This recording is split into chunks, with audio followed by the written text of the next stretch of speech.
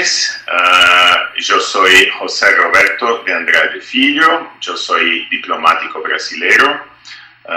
Llevo 19 años en la Cancillería y he pasado por algunos puestos. En Sudamérica he estado en Colombia y en Bolivia. Y entre los años de 2012 y fines de 2015 he trabajado en la misión permanente de Brasil en Ginebra, siguiendo algunos de los temas de salud global, algunos de los temas de negociación que tenemos no solo junto a la OMS, a la Organización Mundial de la Salud, sino que también junto a otras entidades como UNITAID, UNOSIDA y otras organizaciones basadas allá en Ginebra. Bueno, hoy vamos a hablar sobre la salud en la agenda de las relaciones exteriores. Antes de todo, quisiera agradecer de una manera muy cariñosa a la invitación que recibí de Lizarx. Con mucho cariño he aceptado, con mucha alegría, con mucho gusto, y creo que es una oportunidad muy interesante poder compartir un poco la visión, un poco las experiencias que he tenido. Gracias a Luana, gracias a Beatriz, que son las organizadoras de este curso. Entonces creo que podemos intercambiar un poco las impresiones aquí, aunque sea por video, ¿no? Bueno, comencemos. Yo quisiera hablar un poquito, creo que es importante, en la relación entre diplomacia o relaciones exteriores y salud global. Quisiera definir un poquito el campo, ¿no?, de discusión. En términos de relaciones exteriores, bueno, relaciones internacionales es un campo muy amplio. Podemos concentrar un poquito el enfoque en la política exterior, que cada país tiene la suya, que es la defensa de sus intereses nacionales. La definición de los intereses nacionales cada vez más es un objeto de discusión, pero es en última instancia formulada, expresada sobre todo por el gobierno. La diplomacia es el instrumento de realización, de defensa de esa política exterior, ¿no? Y está basada, como yo dije, en intereses, pero cada vez más tenemos que conectar eso con valores, ¿no? Valores tanto de cada sociedad, pero valores compartidos a nivel global. Estamos, como siempre se dice, ¿no?, en un proceso de globalización, de integración muy fuerte de todos los sectores en el mundo, ¿no? La salud es uno más, ¿no? Tuvimos todos los ejemplos desde el fin de la Guerra Fría, del impulso en las comunicaciones. Estamos aquí haciendo este curso por internet, una cosa que no era posible 15 años atrás, tal vez 10, y todo ha cambiado en términos de la integración tecnológica, de los medios físicos, de realizar los objetivos de una política exterior. Yo creo que esa visión tiene que ser acompañada de valores, ¿no? Principalmente porque estamos también compartiendo cada vez más las causas y los efectos de problemas que afectan a todos nosotros. Bueno, volviendo un poquito sobre la política exterior, las relaciones internacionales, quisiera resaltar dos dimensiones que me parecen muy importantes, sobre todo bajo la perspectiva de países que comparten muchas características comunes, como nosotros en Sudamérica. La primera dimensión, yo tengo aquí en la pantalla de nuestro PowerPoint, es el desarrollo, ¿no? A lo largo, principalmente a partir de los años 50, las políticas exteriores han siempre y cada vez más sido orientadas hacia la formación de la búsqueda de medios de desarrollo. O sea, es en el plan internacional donde vamos a reunir elementos que puedan subsidiar, apalancar el desarrollo interno de nosotros. Eso es una realidad, creo que muy común. Se puede concretamente, ¿cómo se expresaría eso? Bueno, en el campo del comercio exterior, nosotros, creo que la mayoría de los países en Sudamérica, siempre hemos tenido una necesidad muy grande de financiar nuestro desarrollo por medio del comercio. Es prácticamente una necesidad permanente que tengamos superávits, excedentes en las exportaciones. En ese sentido, la política exterior de muchos de nosotros, sino todos nosotros, ha luchado consistentemente para que tengamos un orden que sea más justo, más equitativo en términos de comercio, ¿no? Que tengamos menos medidas proteccionistas, que tengamos aperturas de mercados y cosas así. No es por acaso que estoy dando el ejemplo del comercio, porque en términos históricos ha sido la búsqueda del económico y del comercio uno de los factores principales de estructuración de nuestras cancillerías en términos de lo que se llama la diplomacia económica, ¿no? La presencia en los foros, los grandes foros, como primero el GATT, después la OMC. Si miramos en términos de integración regional, los primeros mecanismos de integración regional, algunos de los más concretos, han sido en el campo del comercio, inversiones, economía, la Comunidad Andina de Naciones, Mercosur. Esos han sido grupos que tuvieron la idea, obviamente, de compartir los elementos comunes, pero sobre todo la idea de producir niveles de intercambio comercial más alto. Así que nuestras cancillerías tienen, es una cuestión de mirar los organigramas. Básicamente siempre tenemos un departamento económico, un departamento de promoción comercial. Es natural que siempre tengamos uno o dos viceministros que estén encargados de esos temas. Y concretamente en los discursos de los presidentes, de los cancilleres, a lo largo de la segunda mitad del siglo XX y hasta hoy, sin duda, el tema económico siempre ha sido muy central en el debate de las relaciones internacionales y la política exterior. La segunda dimensión que quisiera resaltar, y está aquí, es la autonomía, la búsqueda de un cierto nivel de, yo diría, autonomía en lugar de independencia, o sea, autonomía en la capacidad de que un país tenga ciertos elementos que permitan tomar sus decisiones de cierta forma, tanto cuanto posible, de modo soberano. No es la soberanía histórica que significa el aislamiento y la ausencia de compromisos, sino que la autonomía es el espacio de maniobra, la capacidad de decisión sin influencias externas que puedan crear un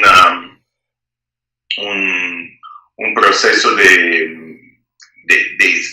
limitación un poco de la independencia o del debate interno, ¿no? La autonomía es un valor de prácticamente todos los diplomáticos en sus negociaciones siempre buscan que los países puedan decidir de modo autónomo.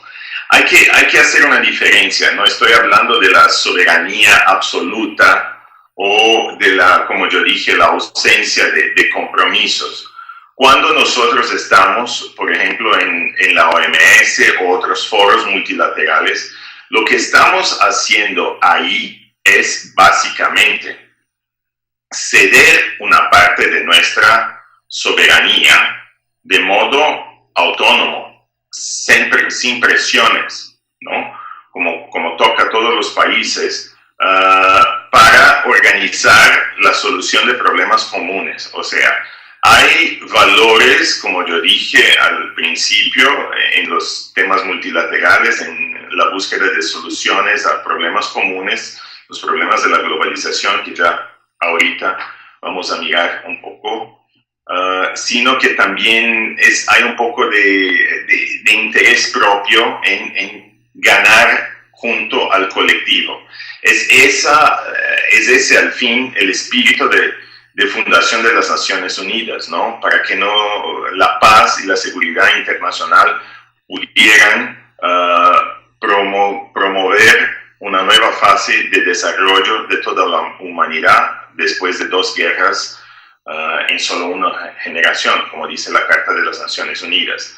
O sea, desarrollo y autonomía son elementos centrales de la mentalidad del diplomático, ¿no? Y creo que es importante muchas veces que fuera del campo de la diplomacia se tenga en cuenta, hay otros elementos sin duda, pero que se tenga en cuenta estas 2 dimensiones. Son paradigmas que visan a desarrollar una visión más completa de la política exterior de cada país en el mundo. Para completar, yo puse aquí, como vemos en nuestra pantalla, 2 referencias, ¿no?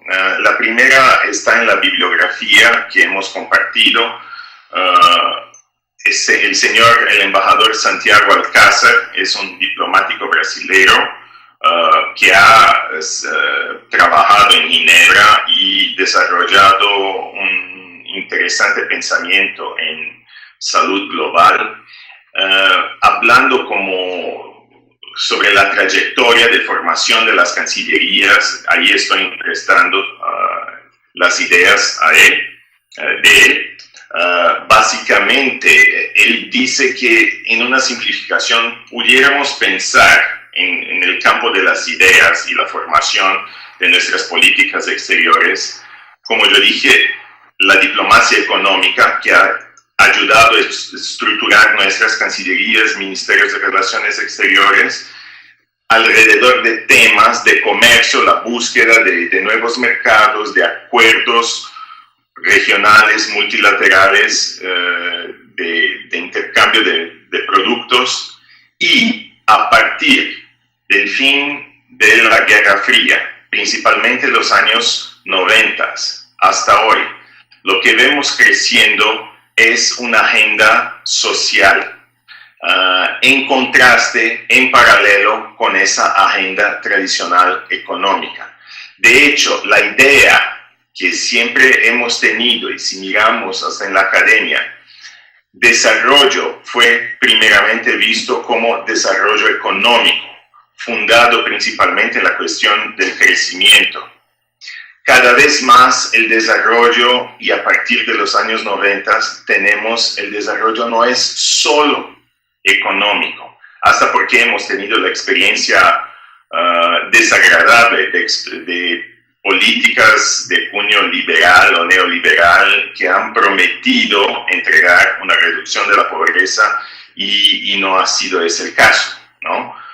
Por lo contrario, hemos tenido problemas de empeoramiento de la distribución de los recursos, al mismo tiempo que muchas veces con un crecimiento fuerte. O sea, el desarrollo económico por sí no es suficiente para responder a lo que las sociedades exigen.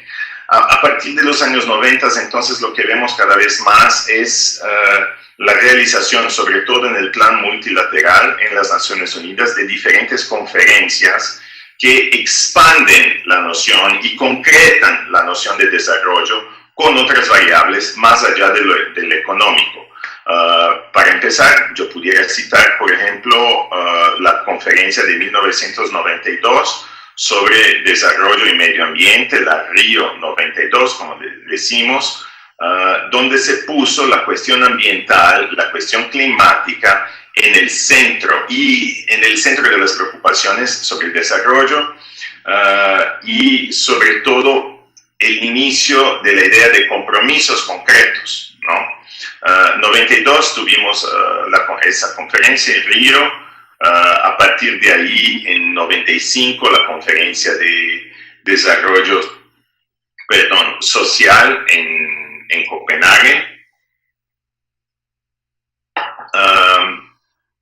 Tuvimos conferencias sobre la conferencia de derechos en Viena en 93 y una serie de otros eventos y un crecimiento de los compromisos internacionales entre gobiernos para que pudiéramos culminar ahora, en 2015, en la nueva agenda de desarrollo, los objetivos de desarrollo sostenible, que son la visión de que el desarrollo es no solo económico, sino que social y ambiental. Es en ese crecimiento, la expansión de la idea de desarrollo, donde podemos incluir ahora la lucha por la salud, una salud más equitativa, una salud que permita a las personas la realización plena de su potencial en términos de como seres humanos, ¿no? Como ciudadanos, pero sobre todo como seres humanos. La cuestión del acceso, la cuestión como está de hecho en la Constitución de la OMS, la realización de la salud como un derecho en la forma del completo estado de bienestar mental y físico, ¿no? Esa idea de completud, esa idea integral de salud, es de cierta forma un elemento muy conectado. Claramente tenemos la Constitución de la OMS de los años 40, la OMS fue fundada en 46, empezó sus trabajos en 48, pero obviamente la idea es anterior, pero la realización en términos actuales, en términos de debate actual, se vio reforzada por ese movimiento. Bueno, pasamos a la próxima página. Bueno, yo quisiera ahora hablar un poquito, ya viendo lo que hemos discutido sobre la política exterior, lo que pasa en la cabeza de los diplomáticos, las cancillerías, esa búsqueda por desarrollo, la evolución del desarrollo en las últimas décadas, la cuestión de la autonomía y hasta dónde se ponen límites en la autonomía ante los problemas de la globalización que piden soluciones y soluciones comunes y una cesión, ¿no? Una cierta, no es la renuncia total de la soberanía, pero valores de solidaridad, valores de compartir sus elementos de desarrollo para que todos ganen. Esa es una cosa también que me parece importante antes que entremos en más detalles aquí. Si miramos las negociaciones de manera intuitiva, las negociaciones en el campo económico, y las comparamos con las negociaciones en el campo de la salud, hay una diferencia básica. Por lo general, en el campo económico, muchas de las negociaciones, no puedo generalizar y decir que son todas, pero la idea que está ahí, un poco silenciosa, es que, bueno, lo que yo gano, el otro puede perder. O sea, obviamente los países intercambian productos agrícolas por productos industriales, o sea, mi crecimiento en la exportación de mercados agrícolas para este país está conectado con la importación de productos industriales, pero hay una idea que es una idea muy económica, ¿no? De lo que uno gana, el otro pierde. No es esa, si fuera exactamente así, no habría ningún acuerdo económico. Pero hay ideas cuantitativas, ¿no? Hay una idea de intercambio cuantitativo, monetizado, valorado. Y vemos eso principalmente cuando tenemos que articular a veces cuestiones de negociaciones económicas con sectores internos, a donde ciertos sectores no están dispuestos a ceder y quieren de hecho conquistar nuevos mercados solo exportando sus productos. Eso pasa en cualquier sociedad, ¿no? En el campo de la salud no hay esa idea. Estamos con otra mentalidad, con un otro modo de pensar. En la salud, cuando uno gana solucionando problemas, una epidemia, un brote, o mejorando en saltos en la manera de organizar su sistema de salud, en la promoción del acceso por nuevas tecnologías, por reducciones de precio, ganan todos, ¿no? Hay un aspecto mucho más colectivo de la difusión de los beneficios de un acuerdo, ¿no? Las cosas no son tan sectorizadas entre las diferentes partes negociadoras como en los temas económicos. Yo digo eso porque es muy importante que cuando se vaya a trabajar con salud global y principalmente en el plan multilateral, que se tenga la capacidad de comunicar esas diferencias de mentalidad, esa diferencia de lógicas y de problemas, la naturaleza de los problemas que tenemos en la salud global y en otros campos de negociación que son los sectores clásicos de las cancillerías.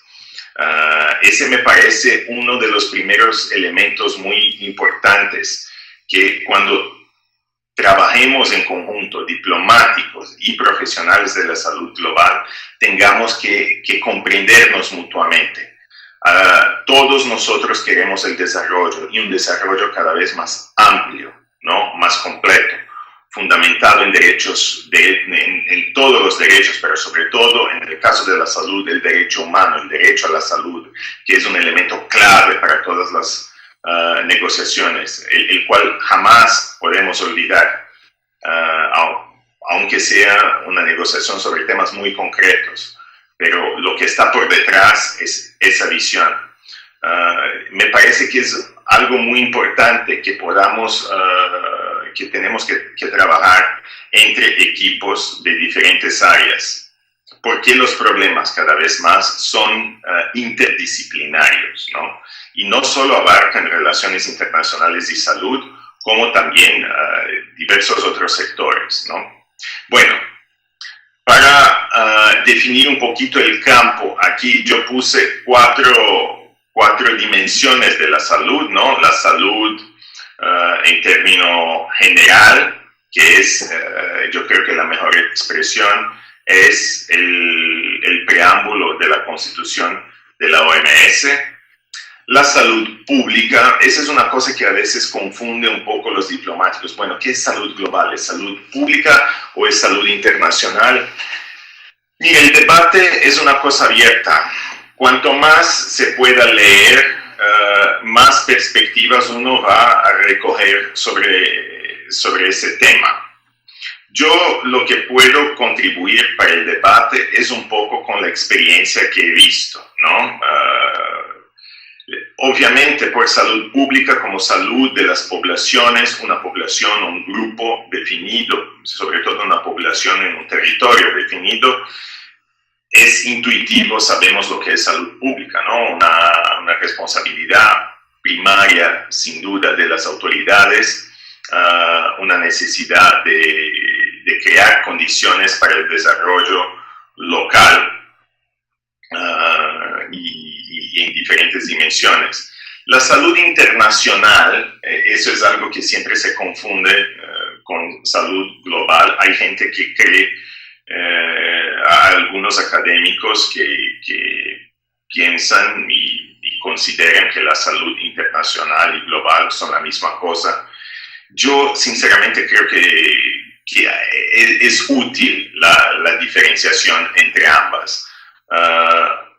Como dice, internacional, entre naciones, entre países, es la cooperación bilateral que hacemos muchos de nosotros entre ministerios de salud, sobre todo, programas de intercambio de técnicos, de donación de medicamentos, equipos, acciones conjuntas, pero la salud internacional es algo que tiene décadas de historia. Siempre tiene más de un siglo, ¿no? Las primeras organizaciones, la fundación de la OPAS, de hecho, fue fundada no en una visión global, sino que en una visión mucho más internacional, regional, conectada con la protección del comercio, sobre todo en ciertos momentos. Las primeras conferencias de salud internacional fueron para proteger el flujo de inmigrantes, el comercio, las relaciones internacionales de epidemias o la transmisión de otras enfermedades que por esa época causaban una ruptura en los flujos ya de comercio y movimiento de personas. Yo creo que la salud global sí es una fase más avanzada que incluye las demás.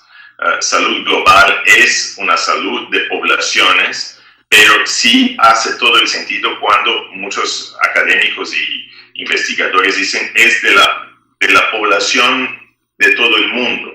Es una cuestión que no tiene fronteras. Esa visión de problemas que no respetan fronteras.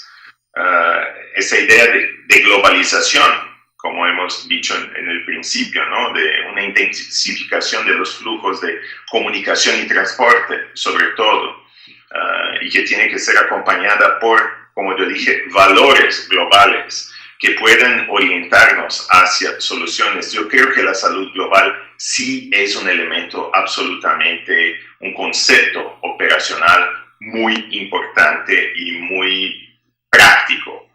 En primer lugar, porque en la experiencia de la OMS, prácticamente hoy casi todos los planes y estrategias de combate a enfermedades son planes globales, estrategias globales contra tuberculosis, contra HIV, malaria, lo que sea que se puede decir, son planes globales y acciones globales. O sea, en la práctica cotidiana, el término global sí existe y hace todo el sentido, aunque en ciertas escuelas de pensamiento, y yo veo mucha literatura que asocian la salud global a determinadas corrientes de pensamiento económico que fuera, por ejemplo, un fruto de la globalización económica, que es un nuevo momento de expansión del pensamiento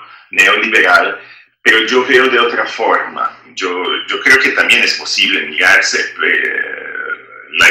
la conexión de problemas globales con la globalización económica, pero yo creo que en términos de salud global es importante que tengamos en cuenta la experiencia de la lucha contra el VIH-Sida a partir de fines de los años 80 y a lo largo de todos los 90 y principalmente en este siglo.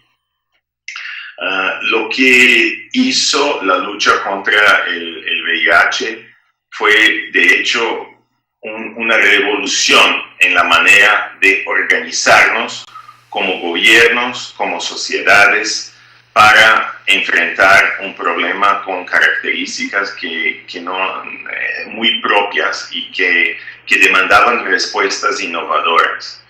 Yo creo que en términos, para ser un poquito más corto, yo creo que en términos de diferencia entonces entre el salud internacional y lo que marca de hecho la pujanza, el vigor de lo que llamamos el debate y las luchas, los desafíos en la salud global, es sin duda no solo la presencia de los gobiernos que han hecho nuevas inversiones, participado en nuevas formas de organización para los problemas, pero como yo dije en el caso del VIH, la presencia de un nuevo actor con mucha energía y mucha contribución, que es la sociedad civil.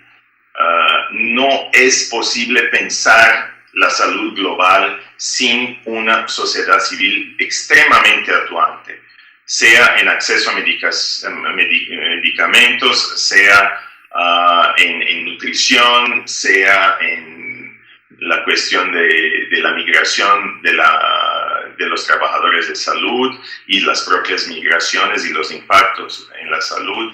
Yo creo que la emergencia de ese actor con fuerza, con participación y, de hecho, no en la OMS de la misma forma, ahora tenemos un nuevo marco de actuación de los actores no estatales, sino que sobre todo en otras organizaciones, cuando miramos de salud global, el Fondo Mundial, UNITAID, Gavi y otras iniciativas, Stop TB, la presencia de la sociedad civil y organizada y muchas veces no tan organizada, ¿no? Tenemos grupos más pequeños, pero esa es una característica que me parece de cambio y de una cierta revolución en la manera de cuidar de los desafíos y de los problemas en la salud global. El papel de defensa, de promoción, de advocacia, ¿no? El advocacy en inglés, de la sociedad civil ha sido una fuerza en algunos casos prácticamente, sino completamente determinante. Y eso vamos a ver un poquito más adelante. Entonces, bueno, siguiendo nuestro tema, uno de los puntos claves en la salud global como concepto, como campo de trabajo, es la capacidad de poder trabajar con problemas y conceptos y negociar con diferentes sectores. Yo puse aquí en rojo la intersectorialidad.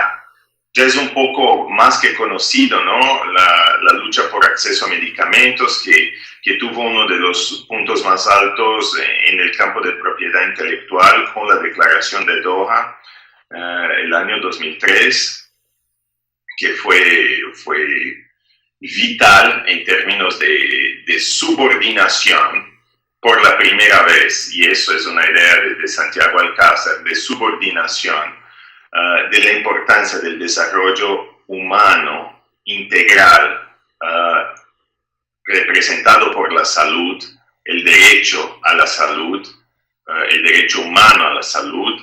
Por la primera vez se creó por medio de esa declaración de una manera muy contundente la preponderancia, la primacía, la importancia superior del derecho humano sobre intereses económicos, que fue lo que vimos con las trabas, principalmente que después del acuerdo TRIPS, a partir de la celebración de ese acuerdo en el ámbito de la Organización Mundial del Comercio, los países en desarrollo sintieron una limitación muy grande de su autonomía ahí, para retomar un concepto del campo diplomático, bueno, no es exclusivo, pero un tema muy importante de nosotros. Bueno, en términos de intersectorialidad, entonces, tenemos la clásica relación entre salud y comercio, propiedad intelectual, la cuestión de derechos humanos, y ahí retomando un poquito lo que dije sobre la cuestión de la sociedad civil no habría defensa efectiva de derechos humanos en el campo de la salud, del derecho humano a la salud, sin la sociedad civil. Yo creo que ningún gobierno, aunque estuviera en circunstancias muy favorables de negociación, podría haber logrado cualquier acuerdo, y sea la declaración de Doha, sea en otros foros, sin la presión. Esa es la palabra, la presión, pero la presencia, la defensa de ese punto clave que lo hacen las organizaciones de la sociedad civil sobre el derecho a la salud y los derechos humanos, la no discriminación, la no persecución en los diferentes niveles, ¿no? De aplicación de los derechos humanos que tenemos en su visión integral. Yo puse aquí en nuestra lista, en nuestro listado, clima.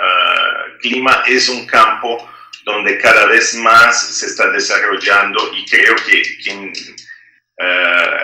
tenemos ahí una avenida de trabajo cada vez más intensa para reunir y crear sinergias entre la defensa del clima o contra los cambios climáticos de origen antropogénico y el derecho a la salud.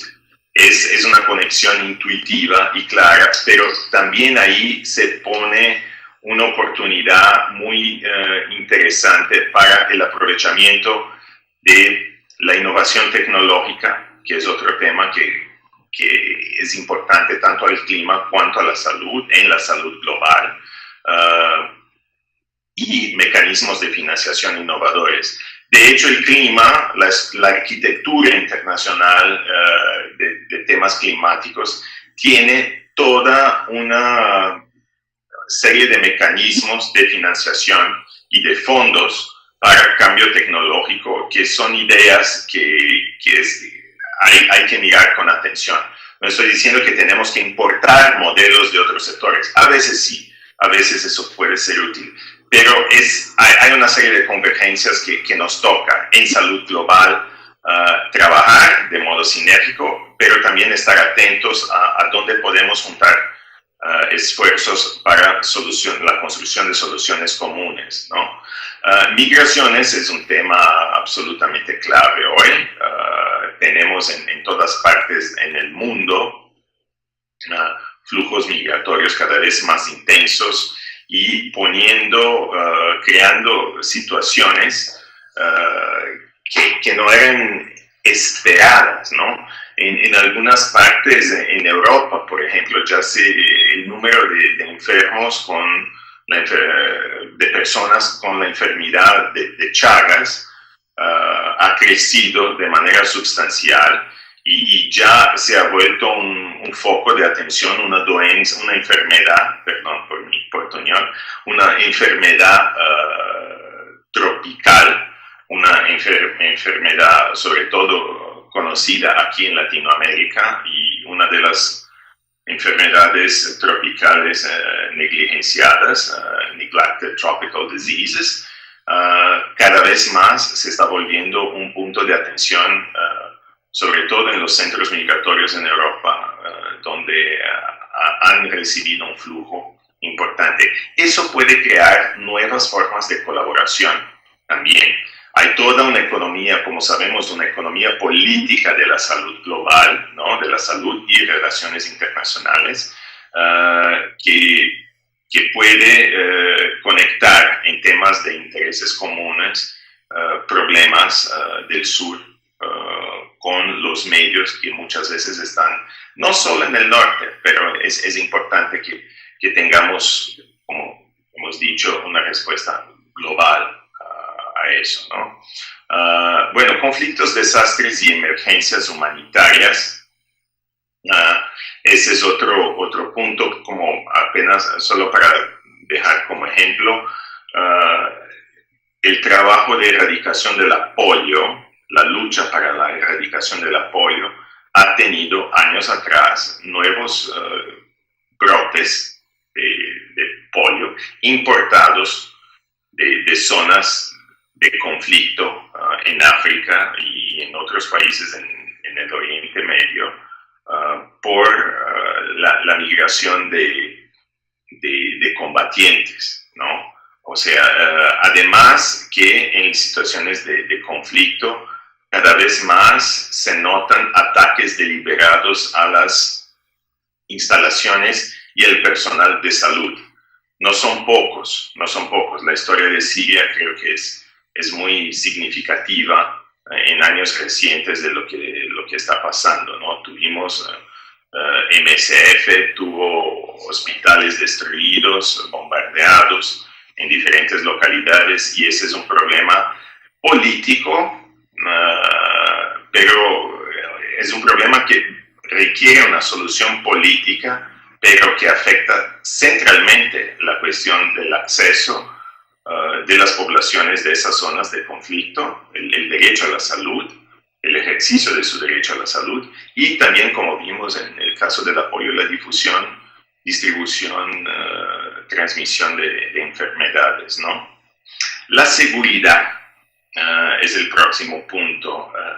La seguridad, la idea de salud como seguridad es un poco resbalosa, yo diría.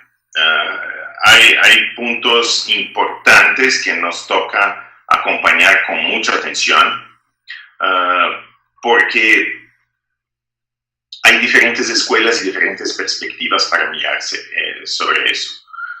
Empecemos con lo más básico, que es la idea de seguridad en salud, como tenemos la seguridad, por ejemplo, alimentaria. O sea, la seguridad alimentaria es un cierto nivel de alimentos o de insumos, de elementos internos para sostener una necesidad vital de la población, ¿no? Una agricultura propia, ciertos elementos de estructuración de una respuesta a una necesidad básica y primaria.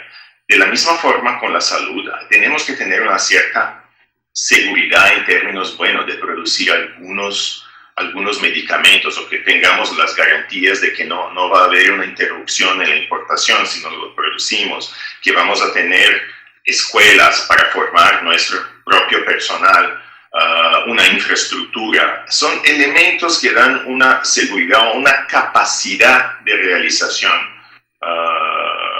de servicios de salud. Pero también a la idea de seguridad nacional, ¿no? Y ahí pasamos a otro nivel. La idea de seguridad nacional, a partir sobre todo, un clásico es la cuestión de las epidemias, que pueden tener una alta letalidad, ¿no? Matar mucha gente y de modo muy rápido, y constituyen un elemento de preocupación de sectores fuera de la salud. Eso incluye desde la academia, desde la economía, porque sin duda en el caso de epidemias hay una baja considerable y el bloqueo de canales de comercio, por ejemplo, sino que también en el campo de las fuerzas de seguridad, ¿no? Los militares y todo eso. Es ahí donde creo que algunos pensadores tienen justificadamente, creo, la preocupación de que salud, y principalmente salud como la queremos, como la realización de un derecho humano, tenemos que tener un diálogo intersectorial, pero hay que ver hasta dónde es necesario y cuándo es necesario.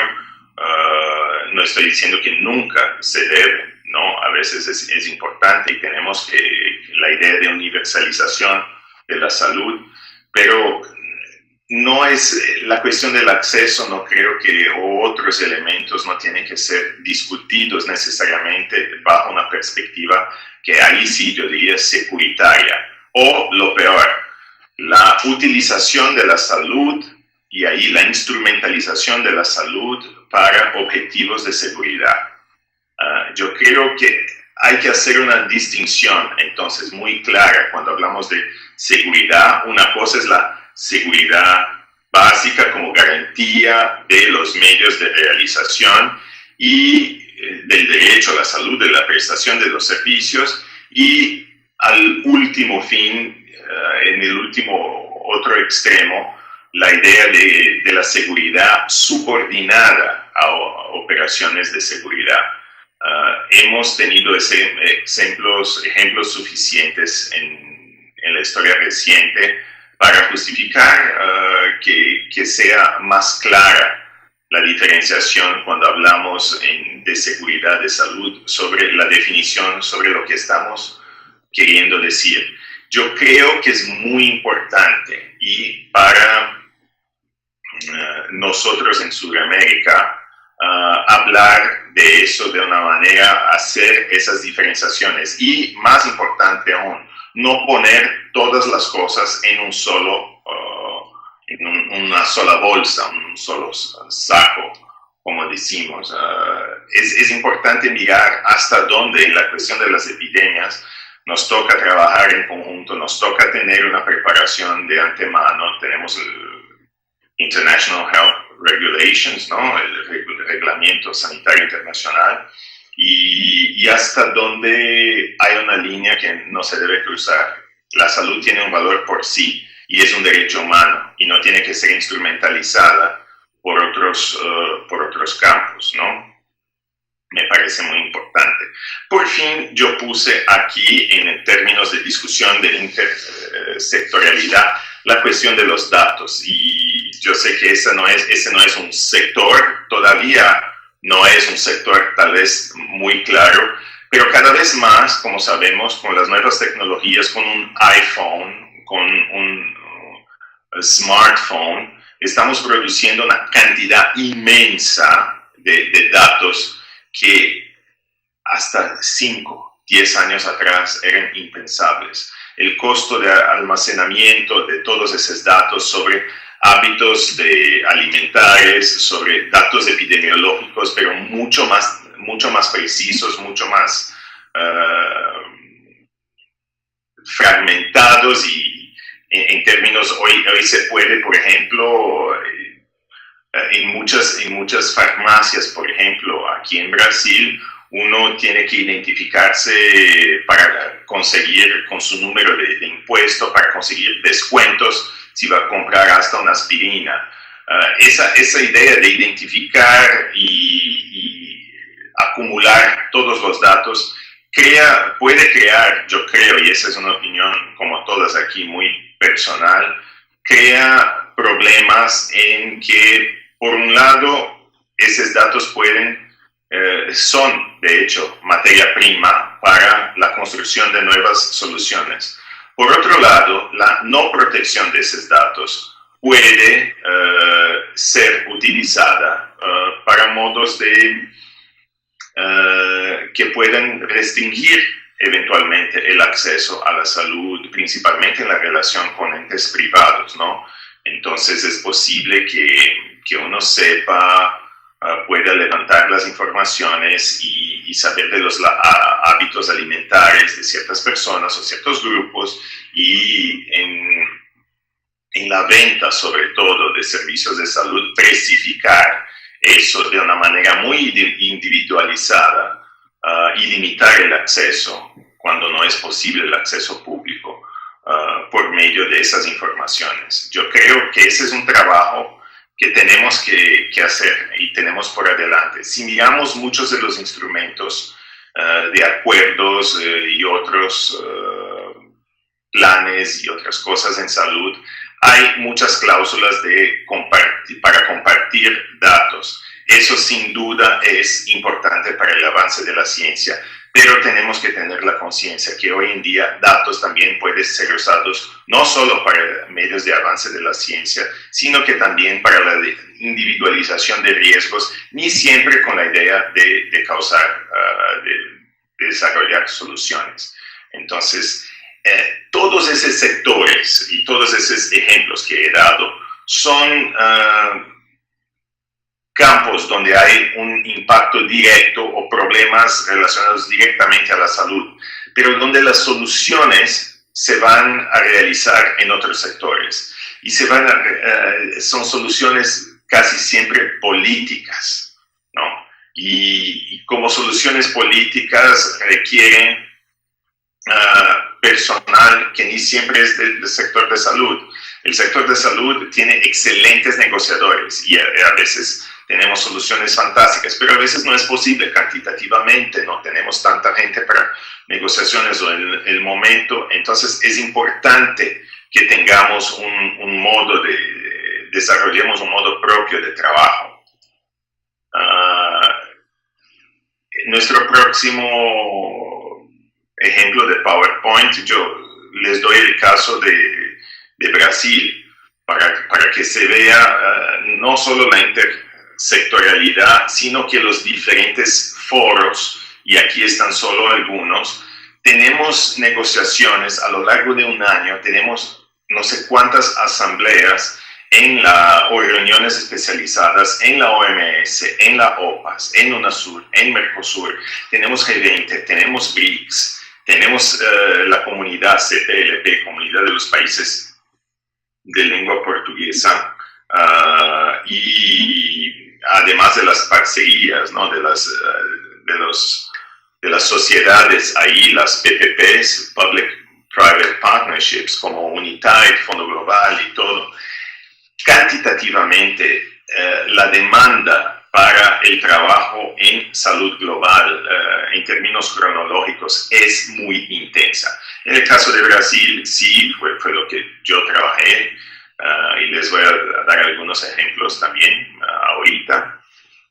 Pero eso requiere un nivel de, en primer lugar, organización, sea como UNASUR, sea como países individuales. Tenemos que estar muy preparados en términos, primero, cuántas personas y quiénes pueden participar de tantos foros de discusión simultánea. Después, ¿cuál será nuestra contribución como países individuales o en grupo? Y ahí creo que lo mejor es que desarrollemos cada vez más un pensamiento regional, basados en los diversos, y sin duda tenemos muchos puntos en común de interés que podemos definir, y ya tenemos definidos, ¿no? A lo largo del trabajo del Consejo de Salud de UNASUR. Esa pluralidad de temas, como hemos visto antes, de sectores y los diferentes foros de discusión de la salud, crea una tranza, algo muy complejo para administrar, primero en un solo sector, aunque se tenga plata y se tenga gente, si fuera Cancillería o si fuera Ministerio de Salud o a veces de otros sectores como agricultura. Tenemos nosotros siempre en Sudamérica producimos mucho, nuestra agricultura es muy pujante, pero es un desafío, sobre todo para, primero, qué podemos contribuir y qué podemos negociar en términos de avances a nuestros objetivos comunes y los problemas que tenemos. Y en segundo lugar, aquí yo puse la cuestión de la gobernanza, o bueno, gobierno para la salud, la gobernanza como un neologismo, ¿no? De governance, en portugués ya utilizamos también gobernanza, sino que la gobernanza es un tema esencial. ¿Cómo organizamos todo ese conjunto de foros y de sectores con los cuales tenemos que lidiar todo el tiempo? Bueno, no hay una solución y un modelo único. El comportamiento es caso a caso, y el modo de operar tiene que ser dado por las condiciones del momento, del lugar, pero eso no significa que no haya un trabajo de preparación, que sí debe haber, y eso creo que es algo que quiero compartir con ustedes ya en las próximas páginas aquí de mi PowerPoint.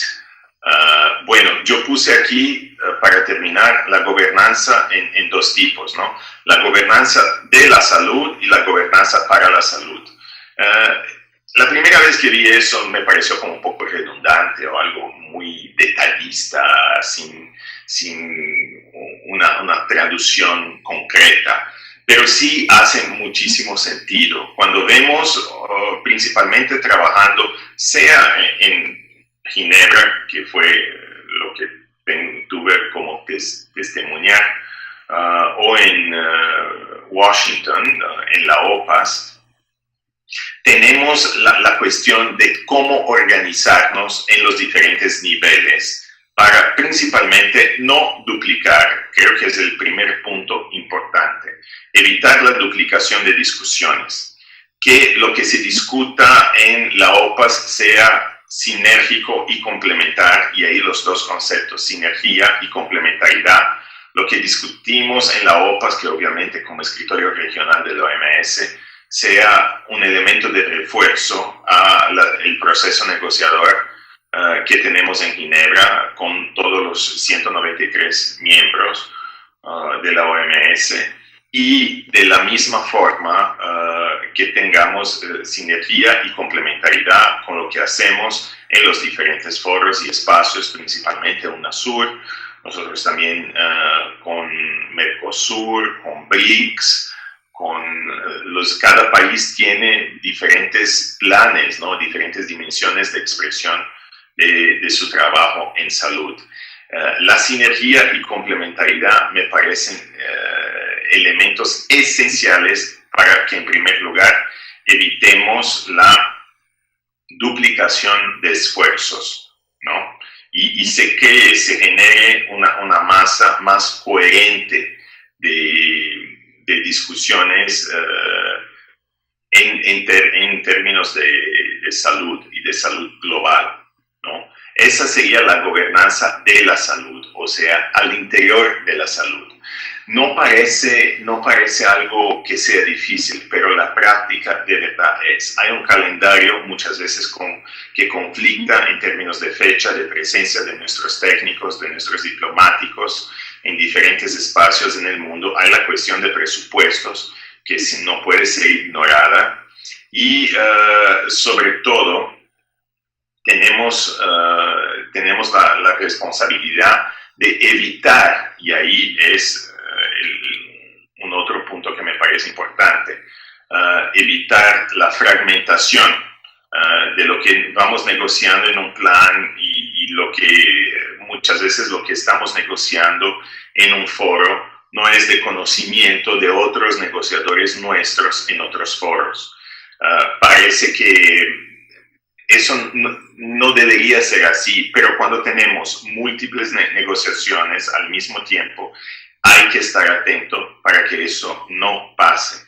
Y es fundamental ahí la existencia de un punto de convergencia, un punto focal para la articulación de las diferentes negociaciones, y eso está en las oficinas internacionales de los ministerios de la salud en conjunto con las estructuras de las cancillerías. Y un poquito más adelante quiero hablar un poco más sobre eso. Entonces, la gobernanza de la salud, lo que hacemos entre los diferentes planes y foros es importantísimo en términos de coherencia, de no gastar presupuesto, no gastar tiempo en situaciones que tengamos que repetir y que hay que hacer una complementariedad. Ese es un problema actual y vigente. No hemos encontrado, ningún país ha encontrado una solución. Yo creo que los mejores elementos para que podamos lidiar con eso son, en primer lugar, tener equipos integrados. No solo un equipo, pero que los equipos de las cancillerías, de las oficinas de relaciones internacionales, de los ministerios de la salud, se conozcan muy bien, y más, que tengan comunicación, ¿no? Que puedan comunicar y coordinarse. Eso va a ser un elemento ya en la próxima página. Aún sobre gobernanza, aquí vemos la segunda dimensión, que es la gobernanza para la salud. La gobernanza para la salud es lo que decimos la gobernanza entre el sistema, la coordinación entre el sector de salud y los otros sectores. Como vimos, comercio y propiedad intelectual, migraciones, cuestiones políticas y todo lo demás. Ese, de hecho, es un punto, la gobernanza para la salud, es que en la formulación de las políticas de otros sectores tengamos la orientación hacia la salud. Suena muchísimo lindo, pero la práctica otra vez es muy complicada. ¿Por qué? Porque la cabeza, la mentalidad de cómo se piensa y se practica la defensa de los intereses individuales de los países y cómo se ve la cuestión de la solución de problemas colectivos globales es diferente entre sectores, ¿no? Yo di el ejemplo del sector o del clúster de temas económicos, como dijo el embajador Alcázar, y los temas sociales. Tenemos visiones, hay ciertos parámetros diferentes, más esa cuestión de la gobernanza para la salud es el campo de contraste de las diferentes mentalidades, pero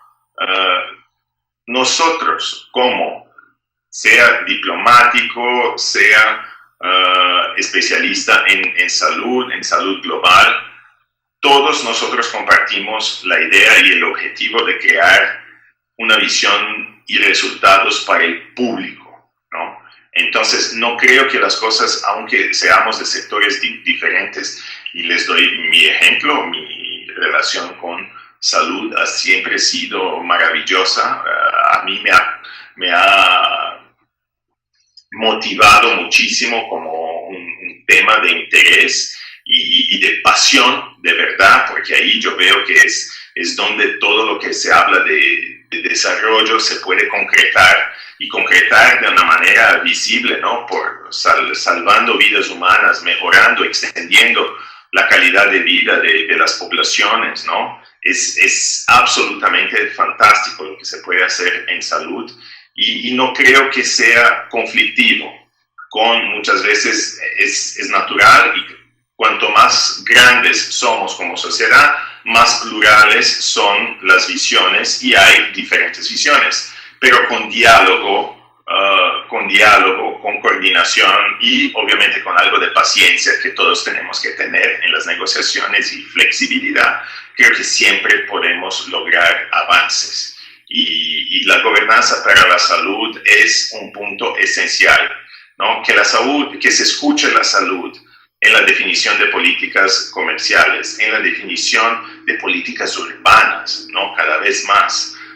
Ahí tenemos un poco la cuestión de los determinantes sociales de la salud, ¿no? Que son una bandera muy importante. Hay diferentes perspectivas de comprenderlos, pero ya hay un trabajo acumulado muy significativo sobre los determinantes económicos, sociales y ambientales,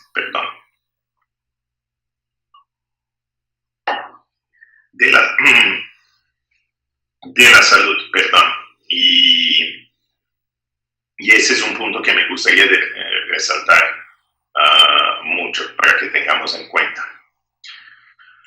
Vamos viendo, creo que vamos en buen tiempo. Aquí yo puse algunos en amarillo, 3 puntos que me parecen esenciales para nuestro trabajo entre diplomáticos y expertos de salud. Conocimiento y comunicación. Ahí les doy el testigo personal. Yo, cuando llegué a Ginebra, no tenía ninguna experiencia con salud. Me acuerdo que después de una primera reunión, que fue sobre el grupo Salud Global y Política Exterior, es un grupo de 7 países que comparten el objetivo de promocionar la inserción de la salud en la política exterior y un trabajo conjunto, ¿no? Es el Foreign Policy and Global Health. Me acuerdo la ministra de la misión permanente de India, y fuimos a almorzar en grupo y estábamos, y yo ahí como crudo, ¿no? Llegado, había como poquísimos días a Ginebra y empezando a conocer todo. Y ella me dijo algo, y es por eso que referencio con conocimiento y comunicación, que es, mira, el primer año tú vas a trabajar con salud global y después de un año vas a ver que no entiendes nada, absolutamente. Sigues como perdido porque son muchas siglas, muchos conceptos nuevos, especializados. Al fin del segundo año, ahí empiezas un poco a ubicarte un poquito más.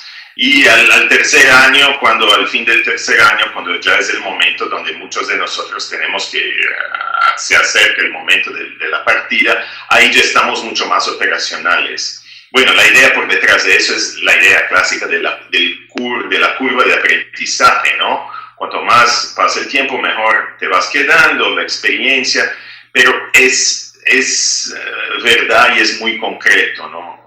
Cuando uno ya está sumergido en el medio y las discusiones de salud global, las cosas parecen más fáciles y para operar, pero muchas veces, y esa es una cuestión, cómo el profesional de salud puede comunicar de manera clara, de manera objetiva, de manera sencilla, desmenuzadita, los temas complejos de la salud global, toda su intersectorialidad, todo su contenido técnico y profundo, ¿no? La cuestión, a veces, por ejemplo, la cuestión de las enfermedades tropicales negligenciadas, que es algo que se puede más o menos rápidamente comprender, pero tiene tantas implicaciones.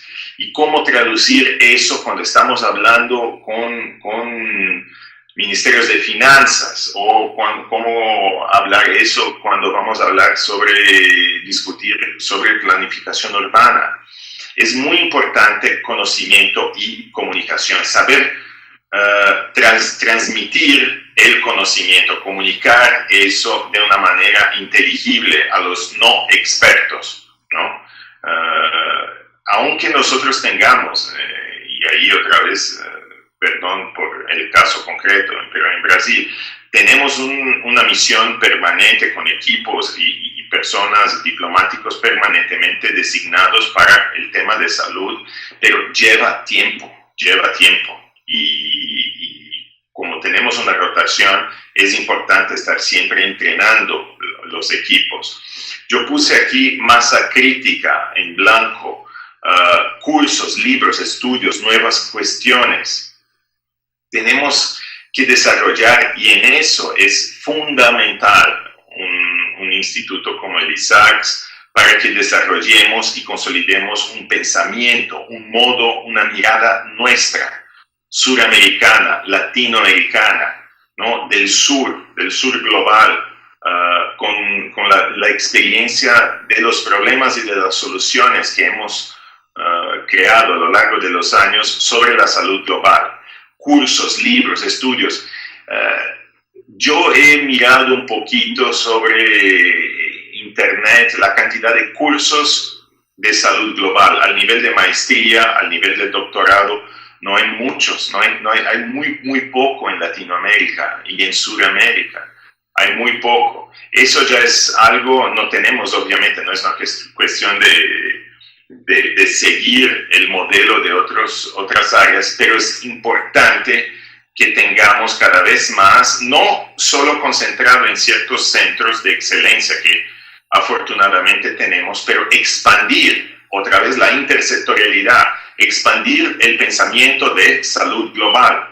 Por ejemplo, yo soy formado en administración de empresas. Yo creo que un estudio de área, o sea, una materia opcional en un curso, en un pregrado de economía o de administración o de derecho, que hablara sobre epidemiología o salud, de una manera, salud como la gente comprende, como si fuera la ausencia de enfermedad, ¿no? Eso no tendría tanta atractividad como salud global, por ejemplo.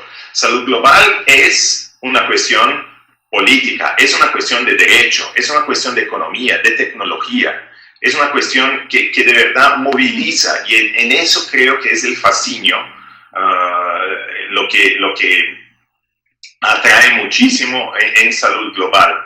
Tenemos la capacidad de traer para nosotros una interlocución desde que sepamos discutir de una manera muy concreta los temas, ¿no? Yo puse aquí organización, dificultades con la transversalidad, pensar como el otro, integración de equipos. Otra vez, hay un problema cuando los temas son transversales, que hay muchos dueños, o como decimos a veces, hay demasiados caciques para pocos indios, ¿no? Que no es posible a veces tener una clara definición del objeto. El objeto pertenece a los dos. Por la salud global tenemos la diplomacia actuando para hacer un cruce, una visión generalista de muchas veces problemas muy concentrados y técnicos en salud.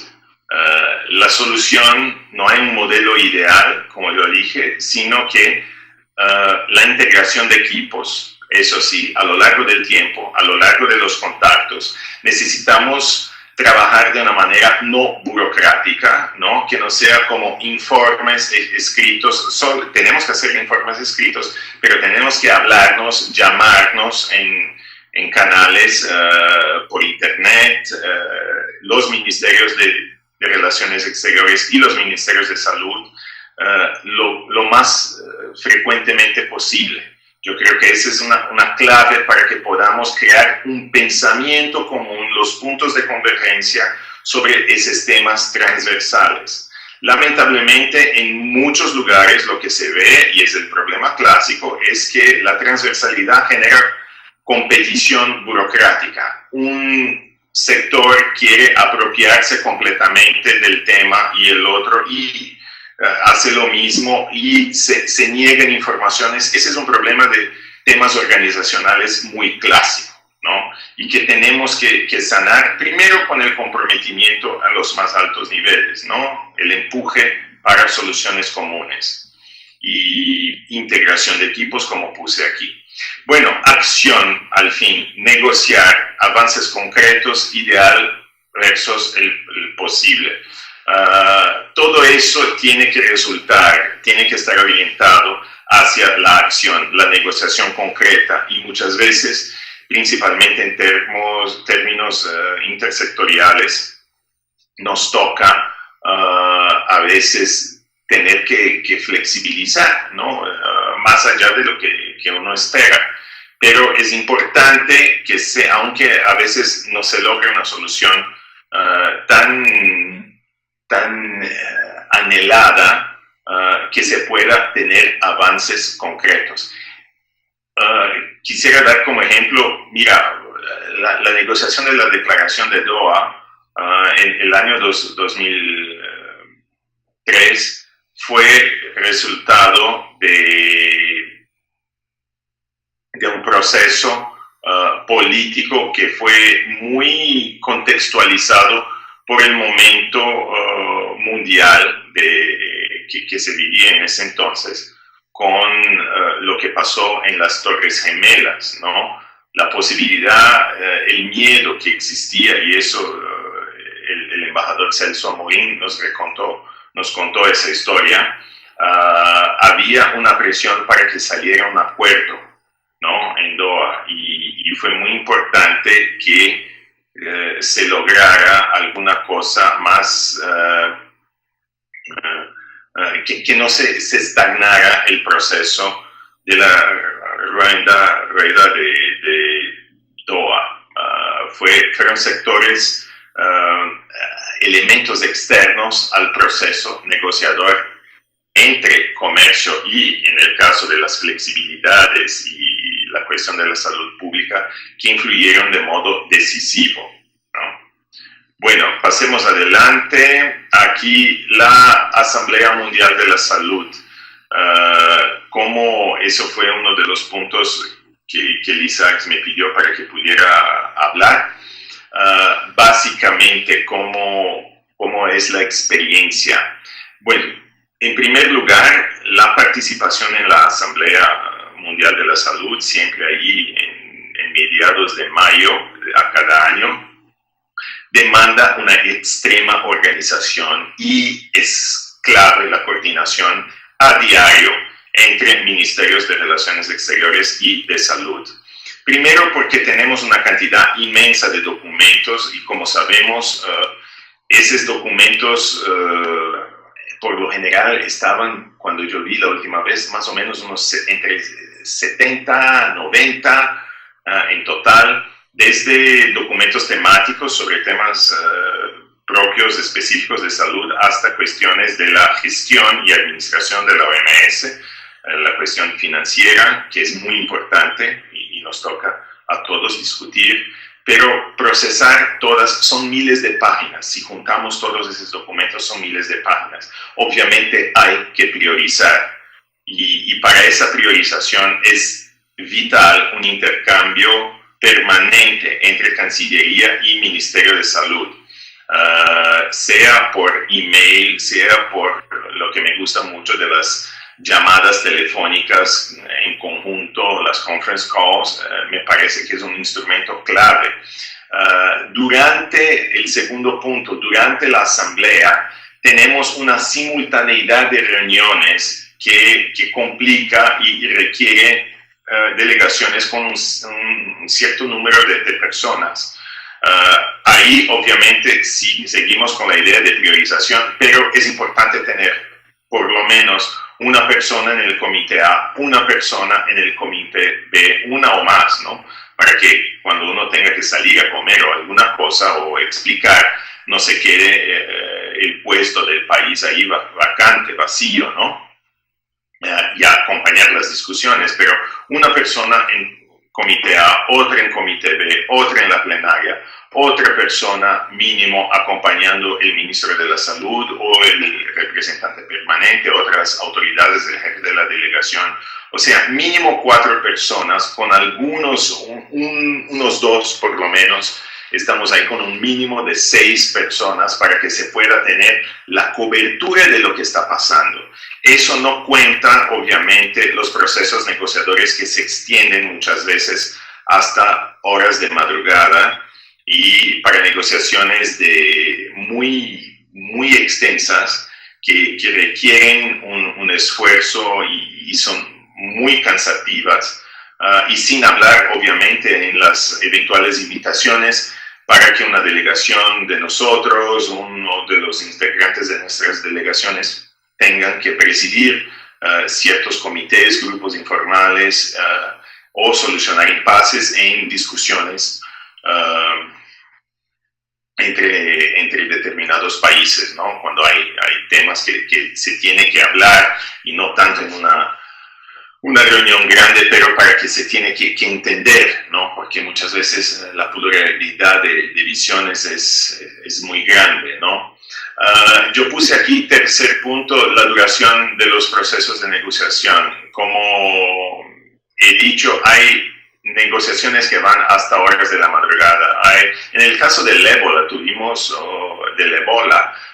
una negociación que duró 20 horas. 20 horas. O sea, es fundamental una cierta preparación, una resistencia física. Es importante durante la Asamblea Mundial de la Salud, que dura mínimo 7, sino que 10 días muchas veces, que tengamos la capacidad de rotación un poco, que la gente pueda dormir, comer y estar ahí presente. No es un trabajo de 24 horas, pero a veces, en algunos días, es un trabajo de 24 horas que tenemos que hacer. Por eso, la creación de puntos focales y coordinación como UNASUR es fundamental. A veces un país y una delegación no tiene como estar cubriendo, estar presente en diferentes ambientes, pero si estamos más integrados, si estamos ahí en conjunto, trabajando, intercambiando visiones, muchas veces podemos ayudarnos y como nos toca, muchas veces en diferentes procesos de negociación, ¿no? Aquí, bueno, yo puse preparación, idealmente debería ser a lo largo de todo el año. Otra vez la cuestión de un contacto permanente, un intercambio entre Cancillería y Ministerios de Salud. Yo digo eso porque idealmente tendríamos que estar tan en contacto y trabajando juntos y pensando juntos que al fin los dos ministerios puedan sentir y actuar como si fueran un solo equipo. Esa es la idea. Estamos tanto en contacto, tan juntos.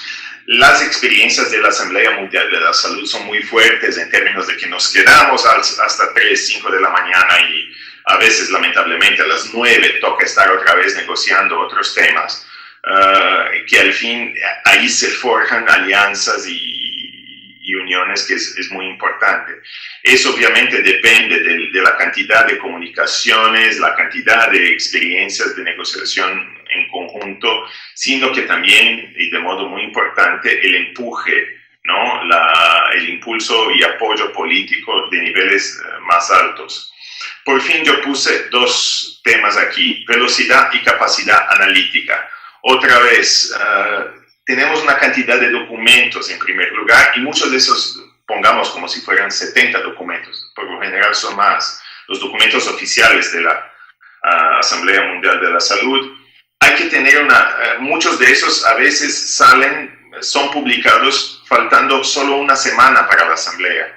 O sea, es físicamente imposible a veces para que todo pueda ser leído, pero una cierta coordinación, una capacidad analítica de procesar lo que importa, lo que está priorizado, es fundamental.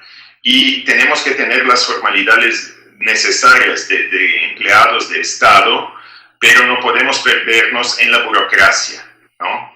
Es importante registrar, es importante la comunicación a los diferentes niveles jerárquicos cuando hay, pero tenemos que vivir en el siglo XXI y trabajar con la velocidad que requiere el siglo XXI, rápidos y analíticos y directo al punto, y tenemos los medios para comunicación.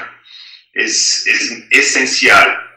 Si llevamos mucho tiempo comunicando el problema, cuando llega la respuesta, dudas sobre cómo responder a un problema, a veces ya es demasiado tarde y las cosas pueden ser decididas sin nosotros. O sea, ese es el más grande riesgo que nos toca estar atentos.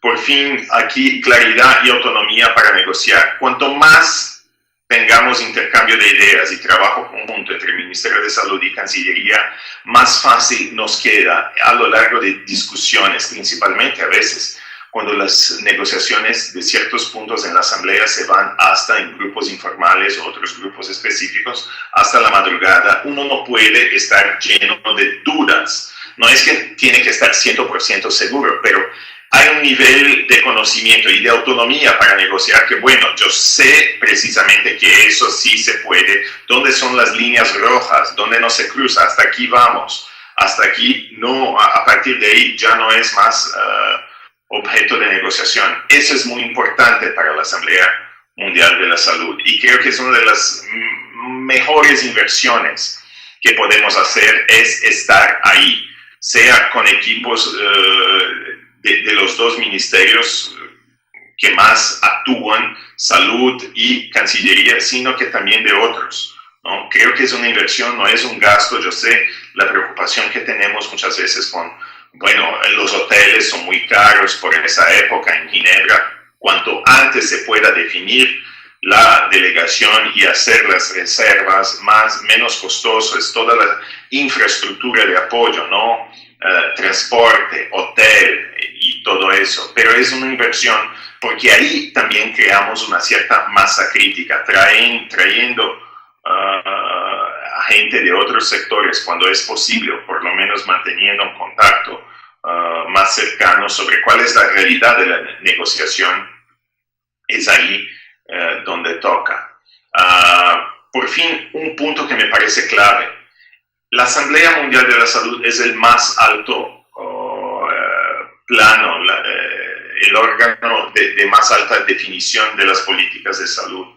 Yo creo que es ahí donde nosotros, y ahí otra vez para retomar, salud internacional y salud global, es ahí donde se realiza y se ve la realidad de la salud global. Lo que estamos aprobando por medio de esos planes y documentos y estrategias son los marcos, los parámetros. Es una estructura de derecho de la salud global. Son los instrumentos, es la conformación del sistema internacional, el sistema global de salud, el sistema de la salud global.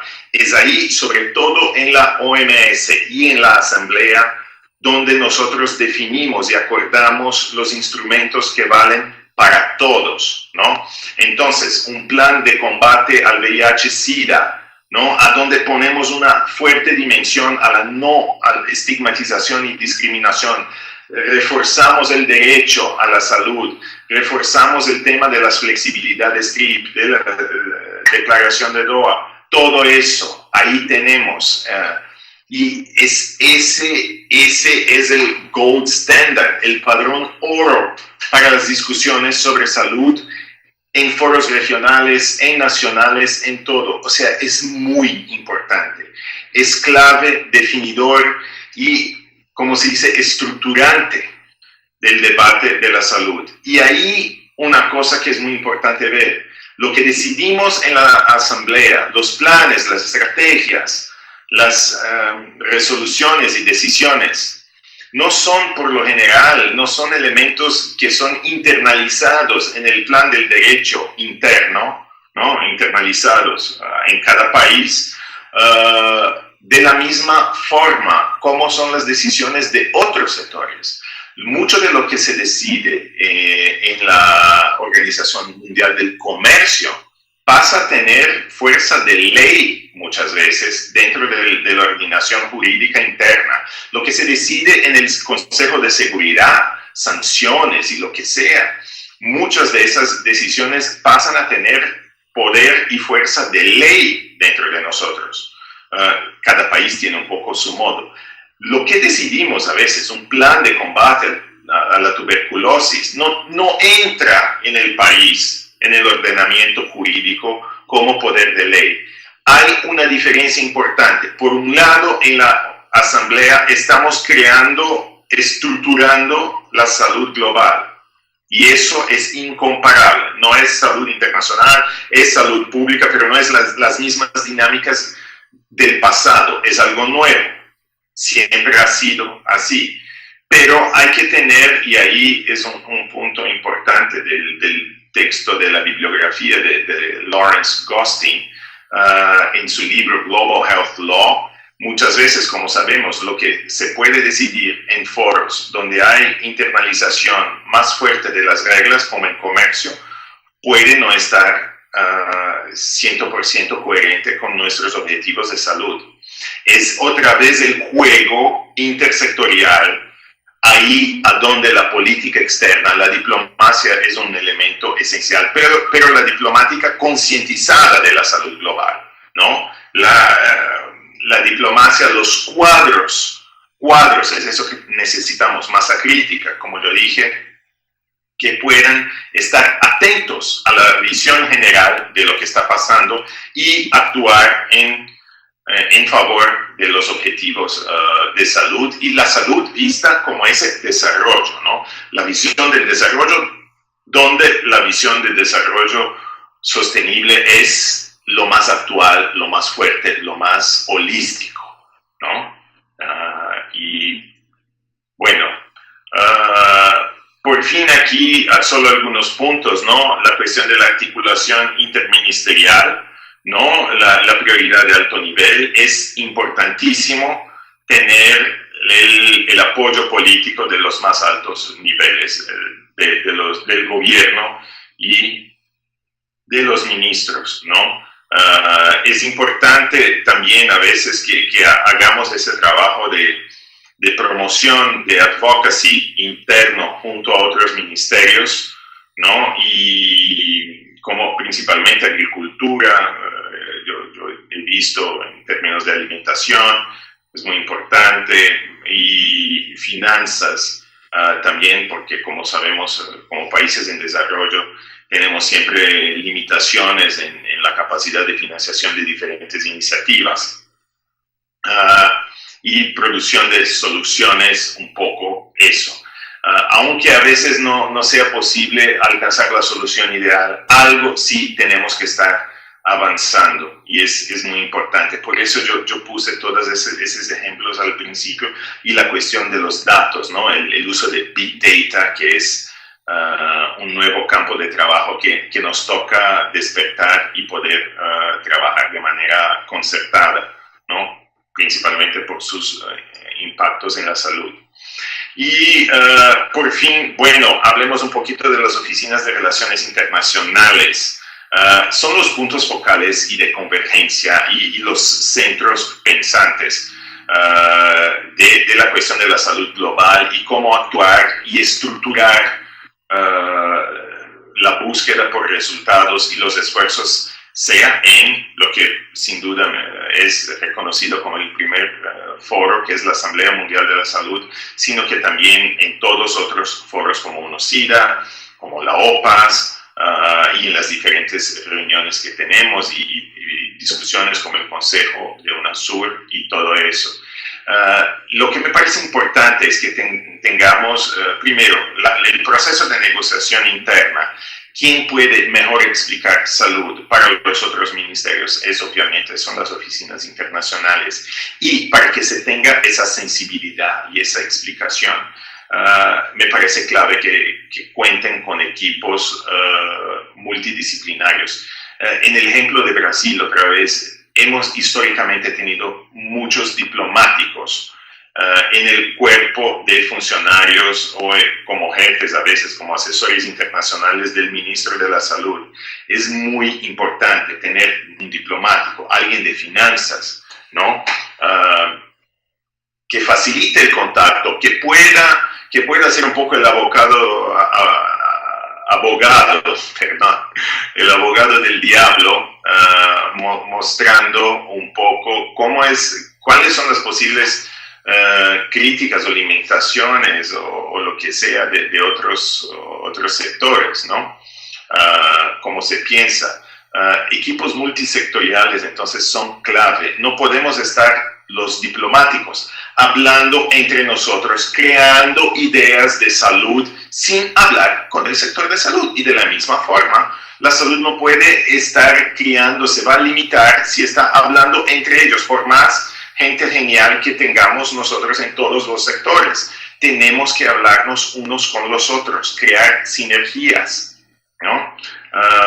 El contacto directo y permanente, no burocrático, entre Ginebra y Washington principalmente, y otra vez la difusión de la información, UNASUR, G20 y otros foros, ¿no? Evitar sobre todo la fragmentación.